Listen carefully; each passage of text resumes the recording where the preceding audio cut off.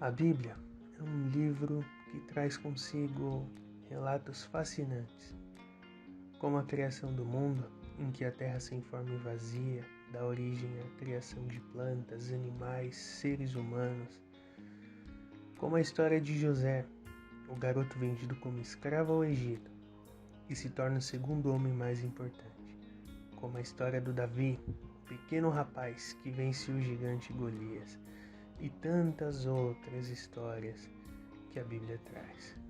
E o que há em comum entre todas elas é que em cada uma é notável o cuidado de Deus.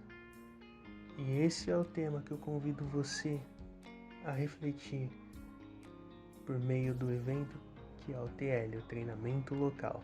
Siga a BO nas nossas redes sociais, YouTube, Facebook e Instagram, a BO Prudente. Aguardo você lá.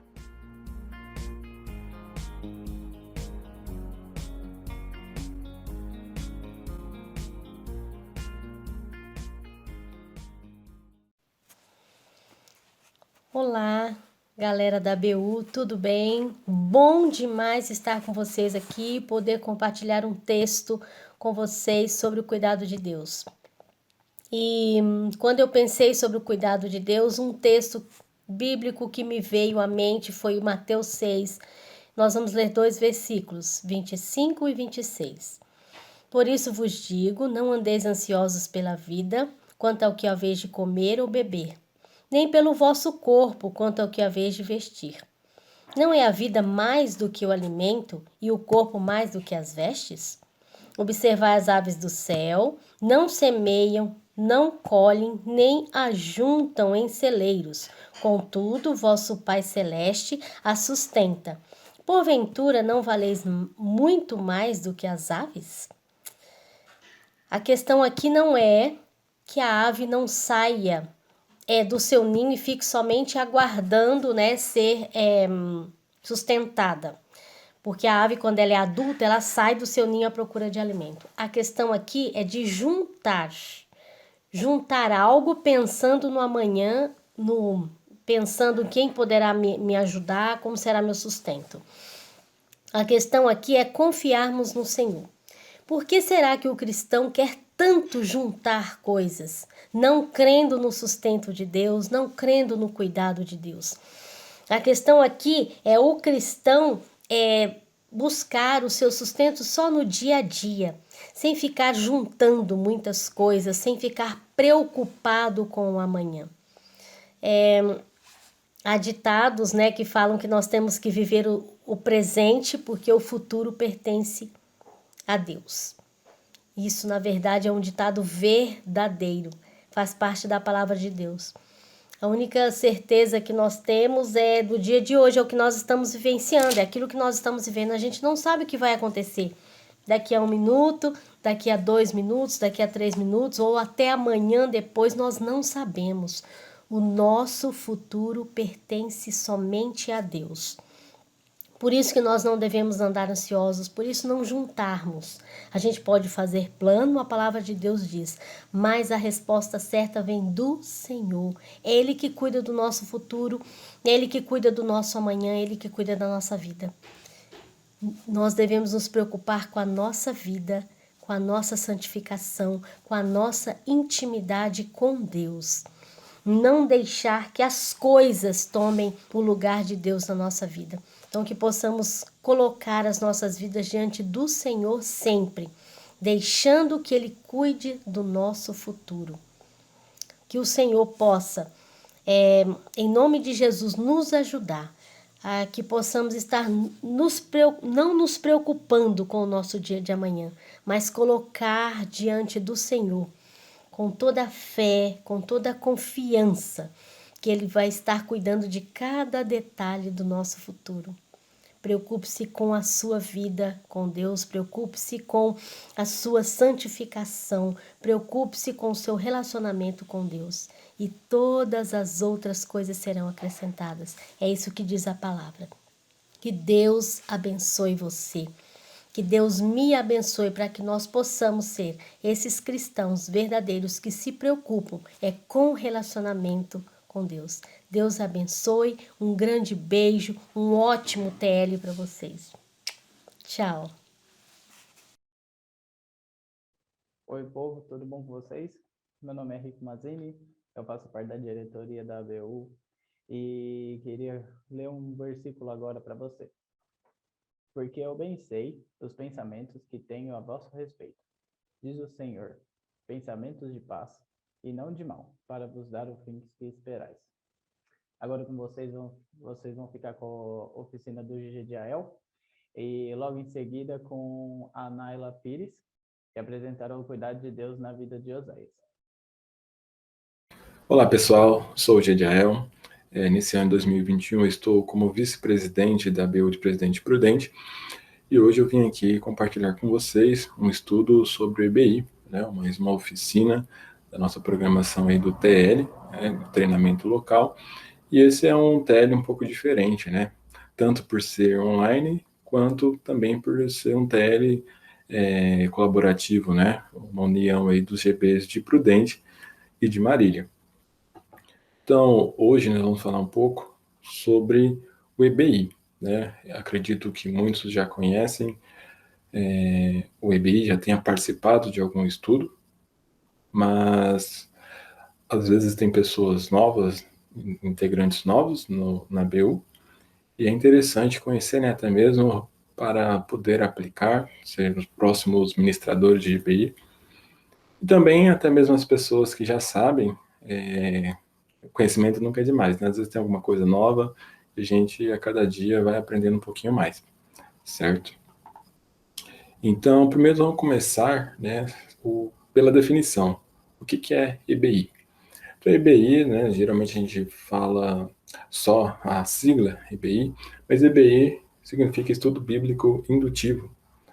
E o estudo bíblico indutivo, ele vem, a parte de indutivo, né, vem mesmo do método indutivo. Se a gente for analisar o que é o método indutivo, nós podemos ver aqui, ó, de acordo com a frase, né, com essa definição aqui, que o método indutivo nada mais é do que você chegar às conclusões por meio da observação, certo? Então, basicamente, o EBI seria um jeito de estudar a Bíblia de forma que você consiga, através da observação ali do texto, né, você chegar a algumas conclusões, né, você tirar suas conclusões. Então não tem ali nenhum viés, não tem ninguém que estudou previamente e está ali apresentando as suas conclusões, defendendo as suas conclusões. É claro que quem vai ministrar estuda, né, o texto previamente, mas ele não vai ali defender as suas ideias, não vai defender as suas conclusões, mas sim vão estar ali em conjunto, analisando o texto para o grupo ali tirar as suas conclusões, certo? Então, como eu falei, né, não é igual a um sermão, onde um locutor vai lá e ele já estudou antes, né, e ali, naquele momento, ele vai expor o que ele estudou e defender, né, as suas conclusões, as conclusões que ele chegou. Então, no caso do EBI, o locutor, né, não é só uma pessoa, né, não é só uma pessoa que fala. Na verdade, nós temos um líder ali, né, o ministrante do EBI, e ele vai apenas, né, intermediar, ali, mediar, né, ser o mediador ali da conversa, né. Então, a ideia é ter um bate-papo mesmo entre os integrantes, entre os membros ali que estão participando do estudo, de forma que todos participem, certo? E aí, a partir daquilo, né, por algumas perguntas já elaboradas, que nós vamos chegando, né, a certas conclusões. Um parênteses aqui é que esse estudo, né, essa oficina vai ser um pouco diferente das convencionais, que nós temos presencial. A ideia é ser um pouquinho mais enxuta, né, um pouco mais rápida. Vamos continuar aqui com o nosso conteúdo. O segundo ponto seria, por que o EBI, né? Existem tantos métodos para nós estudarmos, mas por que o EBI? Então, o EBI, ele é bastante usado na ABU, porque é um método, né, que ele se apresenta melhor para dinâmicas em grupos. Você vai lá estudar em grupo, na faculdade, é interessante que todos participem, né? É interessante essa participação, a colaboração de cada um, e cada um tem ideias diferentes e vai colaborando ali, né, para o estudo, e fica enriquecedor, né? Enriquecedor. Então, ele apresenta uma melhor dinâmica para o grupo, né? Promove a participação de todos. Não é um estudo monótono, né, em que apenas uma pessoa fala. Então, você tem ali várias pessoas falando, apresentando suas ideias, né, defendendo opiniões, e por aí vai. Além disso, ele é um método muito fácil, né, de você fazer, preparar ali o estudo e aplicar, e é eficaz, né, porque quando você tem ali só um locutor, né, aplicando ali um sermão, as pessoas ali que estão ouvindo, a plateia dele só está ouvindo, né, não tem uma interação ali. Então, além de ser cansativo, né, às vezes fica cansativo você ler uma mensagem, você assistir, ouvir uma mensagem longa, você acaba não absorvendo muitas informações, não absorvendo muitas coisas. Agora, quando você participa ativamente do estudo, isso é provado cientificamente, né, nós temos mais a absorção do conteúdo, certo? Então, é um jeito mais fácil, né, de aprender, pois você está ali ouvindo, né, e também participando, falando sobre o assunto. Então, por esses motivos, nós vemos aí que é uma cultura já dentro da BU. Muitos dos GB utilizam esse método de estudo, mas não quer dizer que só pode utilizar esse método de estudo, certo? Tem outros métodos também. Um outro método um outro método, né? Por exemplo, é o método sueco. Eu mesmo conheci ele esses dias. É um método muito interessante. Basicamente, o método sueco, você vai pegar ali o texto bíblico, vai ter a leitura ali em conjunto, e depois cada um vai ter um tempo para responder algumas perguntinhas de cada trecho, de cada parte ali, né, do texto. Então, as perguntas é baseadas nesses símbolos aí que eu coloquei na imagem. Então, a setinha para cima, você vai colocar ali tudo que você descobriu ali sobre o caráter de Deus, certo? Depois, a setinha para baixo, você vai colocar tudo que você descobre sobre a natureza do ser humano. Depois, vai colocar um ponto de interrogação e colocar ali na frente o que você não entendeu, né? Você gostaria de perguntar, você que ficou na dúvida ali, e às vezes você gostaria até de perguntar para Deus, né? Como está escrito ali na imagem.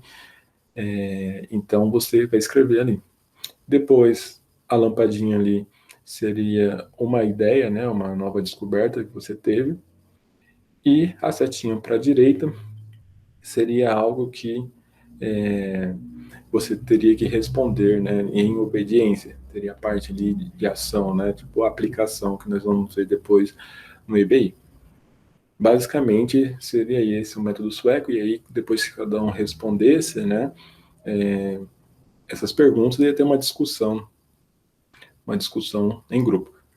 Eu acabei falando, dentro do estudo da oficina de EBI, estou falando aqui do método sueco, mas é só um parênteses, né, às vezes alguém pode pensar que só tem EBI, até então eu também pensava que só poderia usar o EBI, e aí eu só dei ali um adendo, né? Eu só fiz um adendo para esse método. Quem tiver curiosidade pode pesquisar depois. Então, agora nós vamos como preparar um EBI. Nós já entendemos que o EBI é um estudo, é um tipo de estudo, né? Em que você tira as conclusões através da observação do texto, do que está sendo estudado, e a ideia é ter a participação de todos, certo? Em que você já tem perguntas pré-definidas, e através daquelas perguntas, cada um vai dando uma resposta, né? Vai compartilhando sua opinião, e assim por diante. Então, para preparar, para quem é o ministrante do EBI, o que é preciso fazer? Né? Então, primeira coisa, como tudo na nossa vida, né, nós como cristãos, devemos, em primeiro lugar, buscar a Deus. Né? Então, em oração, nós vamos buscar a Deus para que Ele nos dê uma orientação, né? Um discernimento, um entendimento da palavra, sabedoria, e assim por diante. Né? Nós temos que saber também pedir para Deus, né, instrução para escolher um bom texto, porque aí vai depender de cada GB também a forma que cada GB trabalha. Por exemplo, no nosso GB nós definimos antes, no começo do semestre, no começo do ano, qual que é o livro que nós vamos estudar. Então, geralmente, nossos EBIs são num livro, né? A gente vai seguindo os capítulos do livro, então é baseado num livro da Bíblia. Agora, pode ter também GBs que não tem isso definido, né? A pessoa que está ali para ministrar o EBI fica responsável de escolher qual que vai ser a passagem bíblica. Então, se for esse caso, né, for um pouco mais flexível a pessoa que escolhe, é interessante você pedir orientação para Deus, né, para Ele te mostrar um texto, né, que vá de encontro com a necessidade, vá de encontro com a realidade ali do seu grupo local. Depois, levando em consideração isso, você tem que avaliar o texto, né, principalmente quando é um pouco mais flexível, né, que nem nós, como já é um livro fixo, então nós sabemos que qual segue uma sequência, né, então nós sabemos ali qual que é o conteúdo já de cara. Agora, quando você escolhe, é interessante você ver que tipo é o seu texto, né? De acordo também com o seu público. É um texto que vai ser aplicado no estudo, né, mais para pessoas não crentes ou são pessoas que já são crentes? Porque nós poderíamos ter ali um estudo bíblico evangelístico, né? Seria você pegar uns textos mais do evangelho, dos evangelhos, né, principalmente, com uma palavra evangelística, né, apresentando Jesus, apresentando o evangelho. Então, esse seria aí o estudo bíblico evangelístico. Agora, se a maioria do pessoal ali já é crente, então você poderia aplicar um estudo bíblico de crescimento, ou também chamado estudo bíblico pastoral, né? Que é mais para edificação dos membros ali. Então, nesse segundo caso, você não precisava ficar tanto atento, né, à passagem ali em relação se é algo evangelístico. É claro que para quem já é crente, né, quem já é cristão, não tem problema se for um texto evangelístico. Mas, no caso ali, se a maioria já é cristãos, então você pode aplicar um texto que não necessariamente seja evangelístico, seja mais por crescimento ali no grupo e assim por diante. Outro ponto aí é tomar muito cuidado com assuntos polêmicos, certo? Principalmente porque nós estamos em um ambiente acadêmico, né? Todos nós sabemos como que é difícil a faculdade, e então tem que ter muito cuidado para não entrar em assuntos polêmicos e gerar discussões demasiadas, né? Muitas discussões, coisas desnecessárias, não criar intrigas, né? Até mesmo dentro do grupo, né?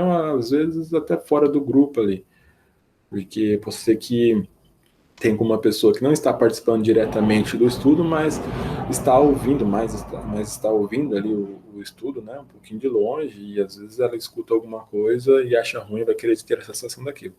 Então é muito importante nós tomarmos cuidado com o assunto que será escolhido, né, para não pegar um assunto polêmico.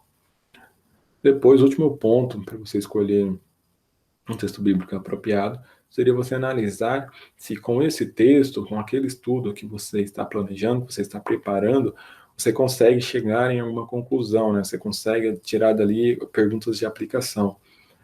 Porque às vezes só vai ficar observando o texto e não tirar nenhuma conclusão, aí não teria muito valor, né? Digamos assim. É interessante que você tenha um estudo que você consiga tirar ali a aplicação. Não estou dizendo que vai pegar um texto da Bíblia que o texto não vai ter valor, né? Mas vai depender do jeito que você conduzir ali o estudo, vai depender do jeito que você extrair as perguntas, né?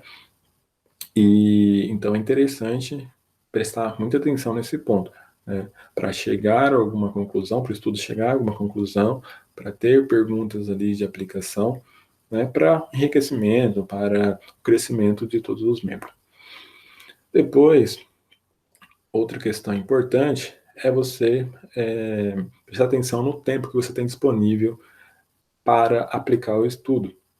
Porque às vezes você pega um texto ali muito bom, prepara muitas perguntas, mas o tempo que você tem disponível para aplicar esse estudo não é suficiente para terminar aquele estudo. Então, cada faculdade tem uma realidade, né? Cada faculdade tem tempos diferentes para aplicar. Às vezes, na maioria das vezes, acredito eu, né, que o pessoal utiliza o horário de intervalo, Então, cada um tem sua cultura aí, né, de quanto tempo deixa para o estudo. Mas é bom você prestar atenção nisso também, tá? Para não estourar muito o tempo.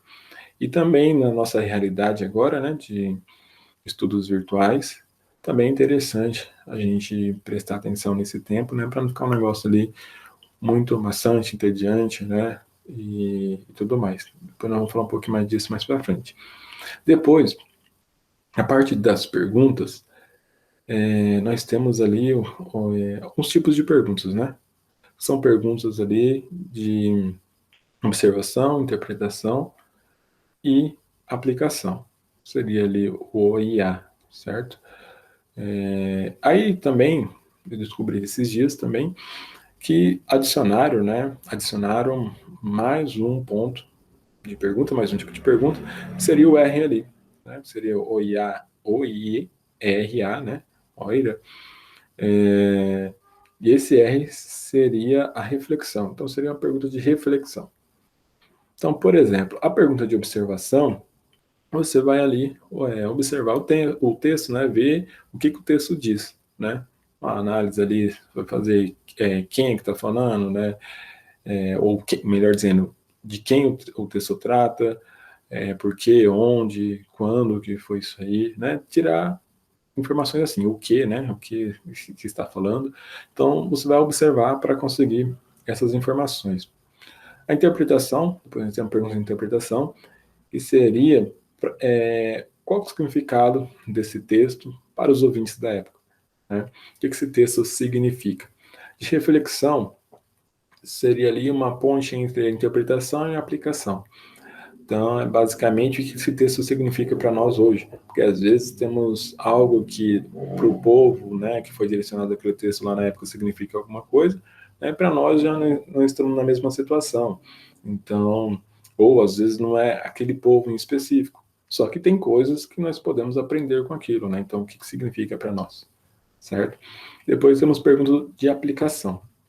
Perguntas de aplicação nada mais é do que a gente ver ali qual que é a recomendação que nós temos que seguir, né, de acordo com o texto, o que nós podemos mudar, o que nós podemos fazer aí, né, nas nossas vidas, fazer que mudança, né, que nós temos que fazer, o que precisa ser feito, né, a ação ali, né, a aplicação. Então, que ação nós devemos tomar a partir daquele estudo, a partir daquele aprendizado? Às vezes nós temos estudos que nós aprendemos que devemos fazer tal coisa a partir daquele dia, ou devemos parar de fazer tal coisa, né? E assim por diante. Depois que você já preparou o seu estudo, agora, né, vai chegar a hora de aplicar. É claro que você, preferencialmente, é bom, né, preparar isso tudo com antecedência, e nesse momento, né, nesses dias de antecedência, você está ali buscando a Deus, para Ele te dar direção, para Ele te ajudar ali, para aplicar, para ter um estudo, né, da melhor forma possível. Mas, um exemplo de aplicação, de um estudo de 30 minutos, por exemplo, seria você fazer no começo uma introdução, né, ao estudo, falando, né, o assunto, o que seria estudado ali, fazer alguma pergunta de quebra-gelo, às vezes perguntar como é que, às vezes tem um grupo pequeno, né, perguntar como é que foi a semana pessoal, ou outra pergunta assim mais descontraída, vai depender da intimidade, familiaridade ali com o pessoal e tudo mais. Isso aí poderia levar uns 3 minutos. Depois, fazer a leitura da passagem bíblica, preferencialmente de forma colaborativa, né, que seria isso. Fazer uma leitura em que todos participem, né? Não somente ali o líder, né, o ministrante, faça a leitura de uma vez, mas, se possível for, se não for atrapalhar ali a dinâmica do grupo, que cada um leia um versículo, né, e assim por diante. E depois de feita a leitura, poderia orar. Ou, às vezes, orar antes de começar, antes da leitura. Isso aí, uma estimativa de 3 minutos. Depois, você iria para as perguntas. Aí, nas perguntas, de acordo com os estudos, né, que eu me baseei essa oficina, o pessoal fala para você separar as perguntas, né? Primeiro fazer as perguntas de observação, depois de interpretação, depois as perguntas de reflexão, se no caso você for utilizar as perguntas de reflexão, né, que é uma novidade aí para o EBI, e depois a de aplicação. Eu, quando preparo, não exatamente sigo nessa ordem. Geralmente eu sigo na ordem, vou fazendo as perguntas na ordem dos versículos, e aí vou categorizando, né, cada uma. Mas se seguir essa ordem é interessante. Primeiro você vai ali passar, ali observando, né, as informações do texto, depois você vai procurar interpretar e assim por diante. Então, a ideia é que você faça umas 3 perguntas de observação e umas 2 de interpretação ali no primeiro momento, e isso levaria uns 8 minutos. Então, nesse caso, você leria, né, as perguntas, você já preparou, e deixasse o pessoal responder, né? De preferência, não responda suas próprias perguntas. Deixe o pessoal responder, deixe ele ter uma leve discussão, o pessoal defender as opiniões, né? E chegar em alguma conclusão. Depois dessas 5 perguntas, teríamos ali para finalizar 2 perguntas de reflexão e uma de aplicação, que poderiam levar ali 12 minutos, certo? Isso não é uma regra, nem a quantidade de perguntas, nem nem o tempo, né? Isso é só um exemplo. No caso, esses exemplos aí foi dado em tipo uma oficina, né, ministrada pelo Pedro, pelo assessor Pedro. E, por fim, depois você teria aí a oração e encerramento. Levaria aí uns 4 minutos. Aí eu acrescentei aqui umas dicas, né, para o IBRI Online, do jeito que a gente está fazendo agora. Então, as dicas seriam você ter alguns minutos de tolerância para iniciar.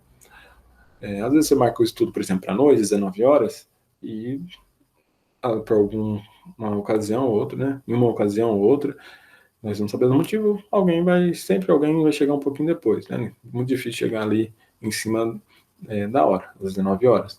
Então, deixa ali uns 10 minutos de tolerância, né? Deixa alguns minutinhos aí para o pessoal ir chegando. Mas é claro, não deixe ali o pessoal, quem já está ali, né, ou quem vai chegando, sempre avise. Pessoal, estamos aguardando aqui uns minutos, né, para o pessoal chegar e tal. Dá tempo do pessoal chegar. Porque senão a pessoa entra lá e fica perdida, né, ou se você não fala nada, aí entra uma pessoa na reunião e passa ali 10 minutos e eu fico, isso daí, o que está acontecendo, né? Não tem nenhum líder aqui, né? Isso não vai começar nunca. Então é interessante deixar avisado, né? Avisar as pessoas quando chegarem, ou até mesmo, se tiver como deixar lá apresentando, por exemplo, uma música, né? Um louvor, e que nem o pessoal faz, às vezes, de colocar lá contagem regressiva, né? Para iniciar o culto, mas eu poderia colocar contagem regressiva para iniciar o estudo, às vezes tocando uma música ali de fundo, certo? E outra dica é no final, né? Com o consentimento de todos, seria você tirar uma selfie, né? A selfie virtual, que seria um print aí da tela, pedir o pessoal abrir a câmera, né? Quem tivesse disposto, né? Não precisa obrigar ninguém a abrir a câmera. Então, quem estiver disposto a abrir a câmera e tirar um print ali para postar nas redes sociais, para incentivar outras pessoas a participarem. E tem gente que não participa ali de receio, né? Eu, quando comecei a frequentar a EBU mesmo, eu demorei um pouco, né? A faculdade começou e eu via até as plaquinhas lá que tinha o estudo bíblico e tudo mais, mas sempre tinha um receio ali de chegar na reunião e tudo mais. Então demorou um pouquinho para eu começar a frequentar. Então, com você compartilhando aí as fotos, às vezes um amigo seu tem vontade de participar, mas tem ali um certo receio, ele vai ver a foto, né? Vai falar, fulano participa, né? Vou falar com ele, trocar uma ideia e procurar participar do estudo, certo? Por fim, nós temos aqui algumas recomendações para o estudo. A primeira recomendação é usar versões da Bíblia mais fáceis de entender, certo? Por exemplo, a NVI ou a NVT. Por quê, né?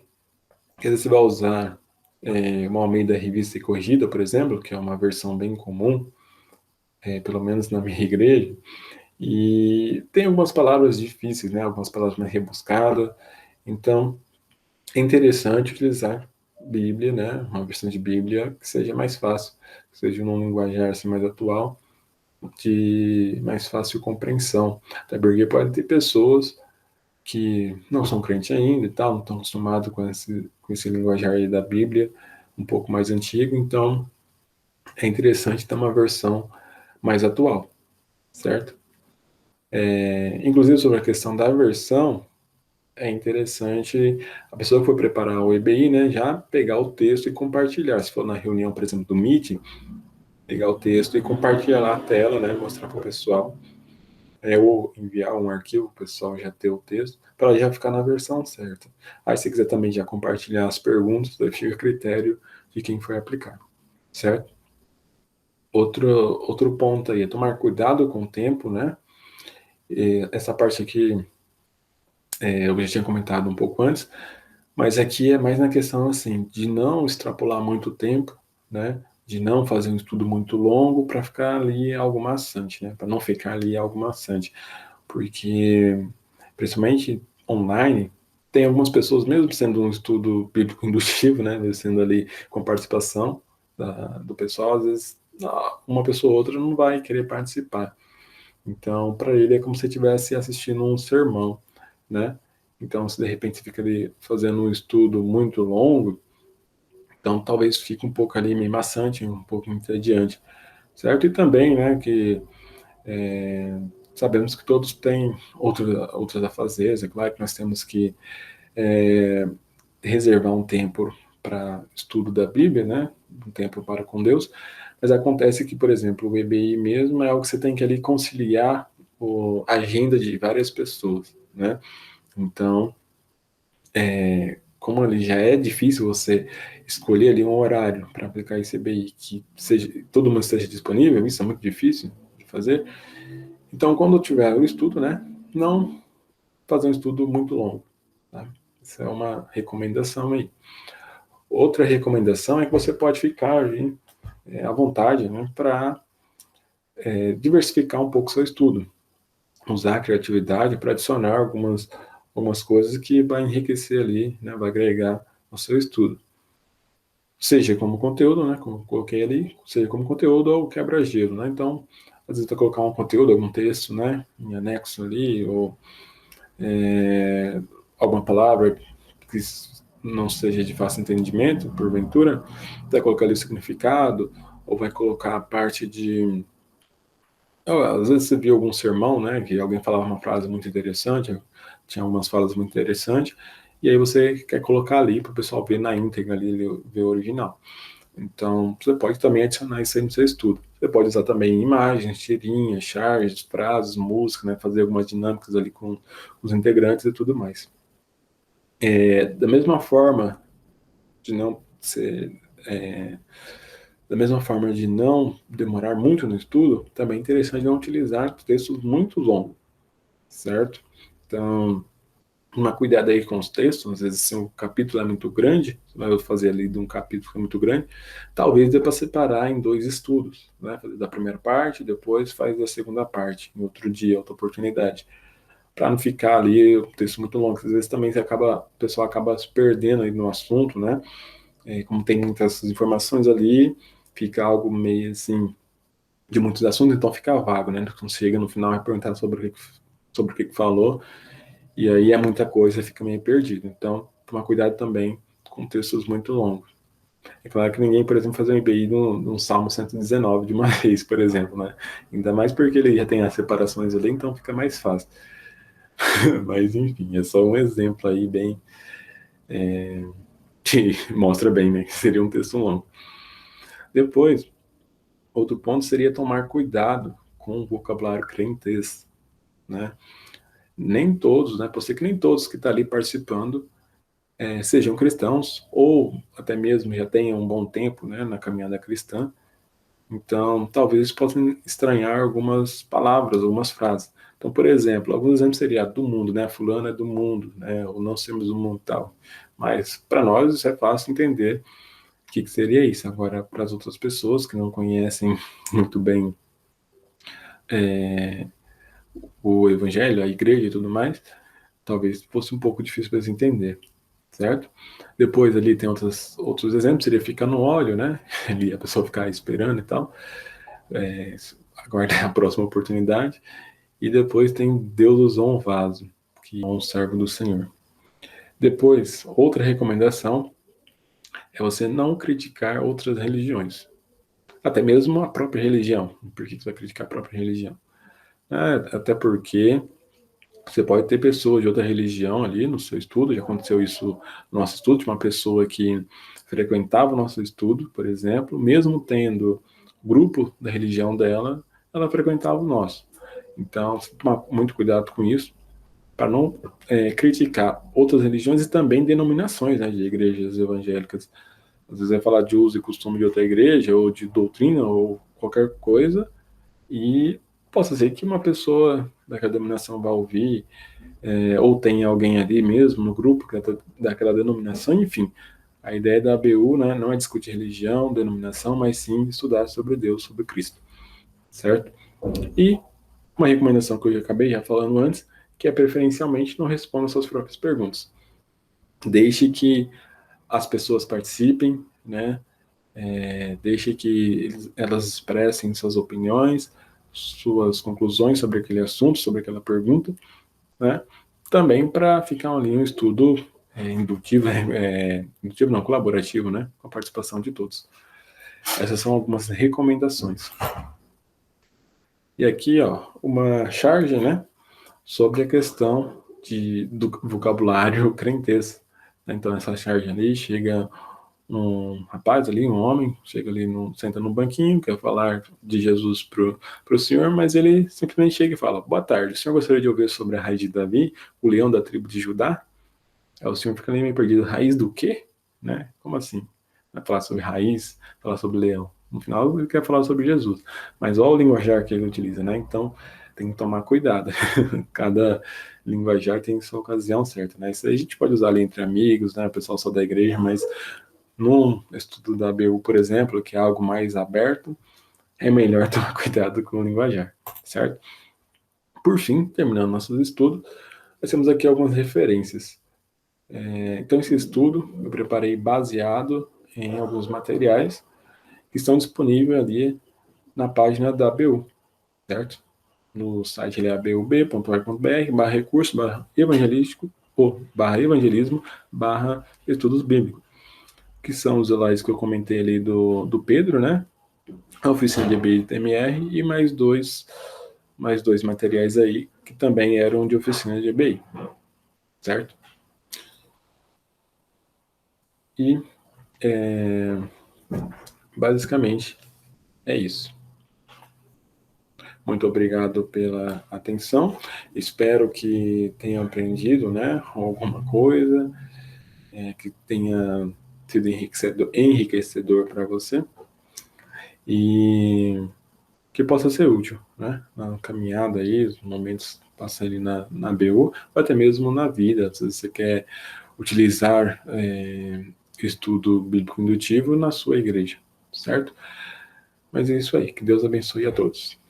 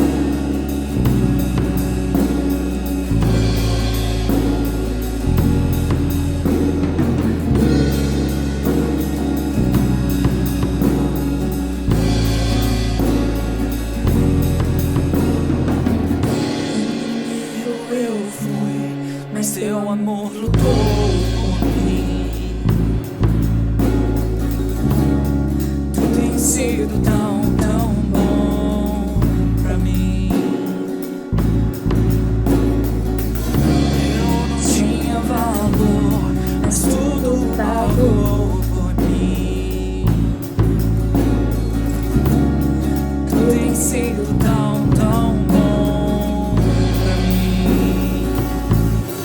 Oh, impressionante, infinito, ousado amor de Deus. Oh, que deixa as 99 só pra me encontrar. Não posso comprá-lo, nem merecê-lo, mesmo assim se entregou. Oh, impressionante, infinito, ousado amor de Deus.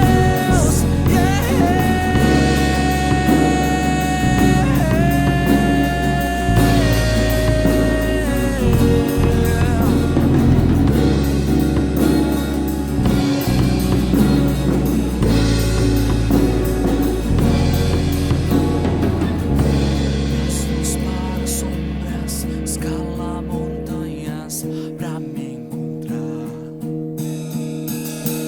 Derruba muralhas, destrói as mentiras pra me encontrar. Traz luz para sombras, escala montanhas pra me encontrar. Derruba muralhas, destrói as mentiras pra me encontrar. Traz luz para sombras, escala montanhas pra me encontrar. Derruba muralhas, destrói as mentiras pra me encontrar. Traz luz para sombras, escala montanhas pra me encontrar. Derruba muralhas, destrói as mentiras pra me encontrar. Oh, impressionante, infinito, ousado amor de Deus. Oh, que deixa as 99 só pra me encontrar. Não posso comprá-lo, nem merecê-lo, mesmo assim se entregou. Oh, impressionante, infinito, ousado amor de Deus.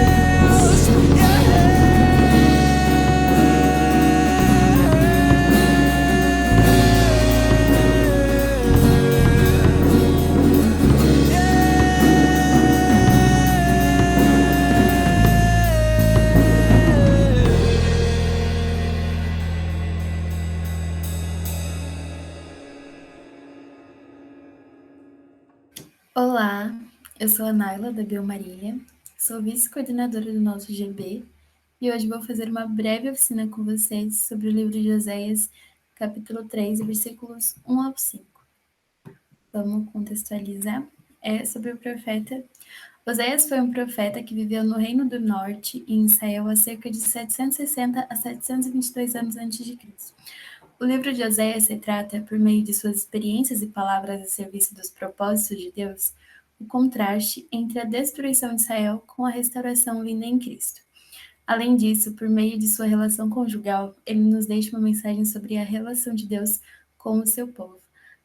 No livro de Oséias, ele vai trazer muito a questão da destruição de Israel por conta do coração obstinado daquele povo, por conta da adoração deles a outros deuses, da constituição de novos ídolos, por conta da desobediência a Deus, da desobediência à lei, enfim. Só que em contraste a isso, Deus virá com restauração, Deus virá com amor, Deus os atrairá novamente e os redimirá, os fará com que se arrependam.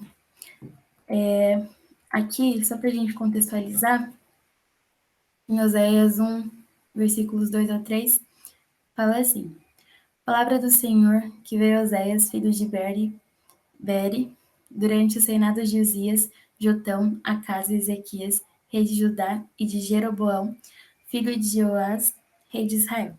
Quando o Senhor começou a falar por meio de Oséias, o Senhor lhe disse: Vá, Tome uma mulher adúltera e filhos da infidelidade, porque a nação é culpada do mais vergonhoso adultério por afastar-se do Senhor.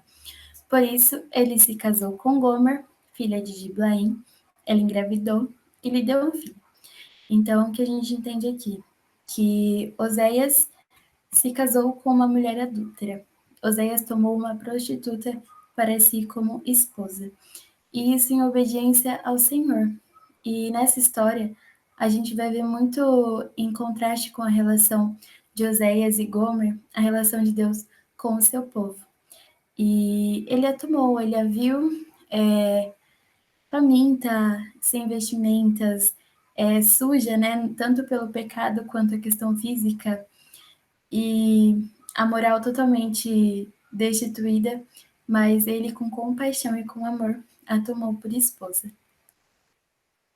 No capítulo que vamos estudar, veremos através da vida de Oséias características de um Deus que ama, perdoa e restaura. Um Deus que redime pecadores e compra com um preço de sangue, por meio de Cristo, o nosso Salvador. Indo à palavra que vamos estudar, aqui eu estou usando a versão NVI, mas vocês podem usar a versão que quiserem. E vamos lá. A palavra do Senhor diz assim. Lembrando que isso é uma autobiografia. Oséias está retratando ali o que está acontecendo com ele. E ele fala assim: o Senhor me disse, vá, trate novamente com amor sua mulher, apesar dela ser amada por outro e ser adúltera. Ame-a como o Senhor ama os israelitas, apesar de eles se voltarem para outros deuses e de amarem os bolos sagrados de uvas passas. Então, o que Oséias fez em resposta ao Senhor? Foi novamente atrás de Gomer, da mulher adúltera. Por que eles não estavam juntos? Gomer havia se distanciado, havia voltado novamente seu olhar para aquilo que a atraía, para aquilo que o mundo a fazia ser atraída. E ela se desviou de Oséias, do Senhor, e foi. E aí Oséias novamente a atrai, a convida, a chama para ser esposa dele e a ama, né, com amor, compaixão, o amor leal. E aqui, quando ele fala dos israelitas amarem outros deuses e amarem os bolos sagrados de uvas passas, eles se referem ao culto a Baal, que é um deus cananeu. E esses bolos sagrados de uvas passas era tipo um... e era a forma de cultuar tal. E o segundo fala assim: por isso eu comprei por 180 gramas de prata e um barril e meio de cevada. Esse valor aí total, ele valia o valor de um escravo. Então, digamos que Oséias comprou Gomer pelo valor de um escravo, valor de uma pessoa. E eu lhe disse, capítulo 3, versículo 3, e eu lhe disse, Oséias diz a Gomer, você viverá comigo por muitos dias, você não será mais prostituta, nem será de nenhum outro homem, e eu viverei com você. Aqui, Oséias faz uma promessa a Gomer. Ele promete que estará com ela por muitos dias, que viverá com ela. E aqui a gente vê algo muito sobre o amor de Deus. Mesmo nós sendo pecadores, mesmo nossos corações sendo obstinados e voltados para as coisas que nos atraem, o Senhor promete que viverá conosco e Ele nos atrai novamente. E o que nós podemos fazer em resposta a isso é buscá-lo, é conhecê-lo, é se relacionar com ele, porque só conhecendo ele nós saberemos do verdadeiro propósito que tem por trás disso, né? Que é a vida eterna com ele, render glória e louvor a ele para sempre. E aqui, capítulo 4, pois os israelitas viverão muitos dias sem rei e sem líder, sem sacrifício e sem colunas sagradas, sem colete sacerdotal e sem ídolos da família. Aqui seria uma forma de castigo que Deus enviaria ao povo. Eles ficariam sem os representantes, tanto políticos quanto religiosos. Tipo, isso seria acabado naqueles tempos. E isso, como eu disse, seria uma forma de punição do Senhor a Israel. Capítulo 5 diz assim: Depois disso, os israelitas voltarão e buscarão o Senhor, o seu Deus, e Davi, seu rei. Essa parte que fala depois disso, os israelitas voltarão e buscarão o Senhor, o seu Deus, Davi, é porque eles se arrependerão. Eles conhecerão o Senhor. Eles novamente voltarão o olhar para aquilo que eles nunca deviam ter desviado, que é Deus. E aqui fala também sobre Jesus, filho de Davi, que é o rei, nosso rei. E depois fala assim: virão tremendo atrás do Senhor e das suas bênçãos nos últimos dias. Por que virão tremendo? Porque conhecendo o Senhor, conhecendo quem Ele é, nós não podemos, não tem como nós não nos enchermos de tremor e temor, e de reverência também, ao saber de tudo que Ele, não somente tudo que Ele fez, mas principalmente de tudo que Ele é. Nosso coração se enche de temor, de amor, de reverência, e é nisso que consiste a nossa busca por Ele, em atração ao que Ele fez por nós, em arrependimento e novamente reconciliados. Agora vamos lá, finalzinho, reflexão. Ao tomar uma mulher adúltera para se casar, em obediência ao Senhor, Oséias se humilhou. Sabendo do coração obstinado de Gomer e sua inclinação a outros deuses e à prostituição, Oséias a amou com amor leal. A comprou pelo preço de um escravo, prometeu que a restauraria em dignidade e estaria com ela para sempre. Assim, Cristo também fez com seu povo. Apesar dos nossos corações pecaminosos, Ele nos ama com amor leal e sacrificial e nos comprou por preço de sangue. Por meio da sua morte, fomos restaurados à vida, e quando Ele voltar, viveremos com Ele para sempre. Essa é a promessa eterna. Jesus é o nosso esposo e com Ele fomos reconciliados para sempre. Como diz o título desse capítulo, é a reconciliação de Oséias com a sua mulher. E é uma parábola, né, sobre a reconciliação por meio de Cristo, de Deus com o seu povo. Agora eu vou deixar aqui uma indicação de música para vocês, que é Jardim, dos Arrais. É uma música muito boa, que inclusive eu conheci fazendo essa oficina para vocês. Espero que vocês gostem, espero que vocês sejam edificados e abençoados por isso, e que Deus abençoe imensamente a vida de vocês. Vamos terminar fazendo uma oração para que a palavra do Senhor ela se firme em nossos corações e que venha se tornar uma prática em nossa vida. Vamos orar? Senhor Jesus, muito obrigada, Pai, pela vida que o Senhor nos deu. Obrigada, Senhor, por redimir-nos, por nos mostrar, Pai, nossas falhas, por nos mostrar nossos pecados, Pai, e nos dar, Pai, nos permitir que nos arrependemos. E peço, Pai, para que o Senhor venha tocar cada coração que vai ouvir essa palavra, que vai estar presente, Pai, nesse período de oficina. Que o Senhor venha reconciliar os teus filhos a Ti, que o Senhor venha mostrar, Pai, as falhas e despertar, Deus, arrependimento sincero e que sejamos todos atraídos, Deus, ao Teu amor em resposta à Tua em resposta a Ti, em resposta ao que o Senhor fez por nós, em resposta à primeira atração que partiu de Ti, Pai. No nome de Jesus é que eu oro, peço e agradeço. Amém. Amém. É isso, pessoal. Fiquem com Deus e até a próxima. Obrigado a você que assistiu mais esse vídeo. Queria convidar você também para o nosso próximo vídeo, que vai ser amanhã, domingo, às 15 horas. E também lembrar para você se inscrever nesse canal, ativa o sininho para amanhã, quando você for ver o vídeo, não esquecer. Compartilhar também com seus amigos e inscrever em todas as redes sociais nossas, que estão na descrição, tá? Falou, um forte abraço, fique com Deus. Siga a ABO nas nossas redes sociais, YouTube, Facebook e Instagram, ABO Prudente. Aguardo você lá.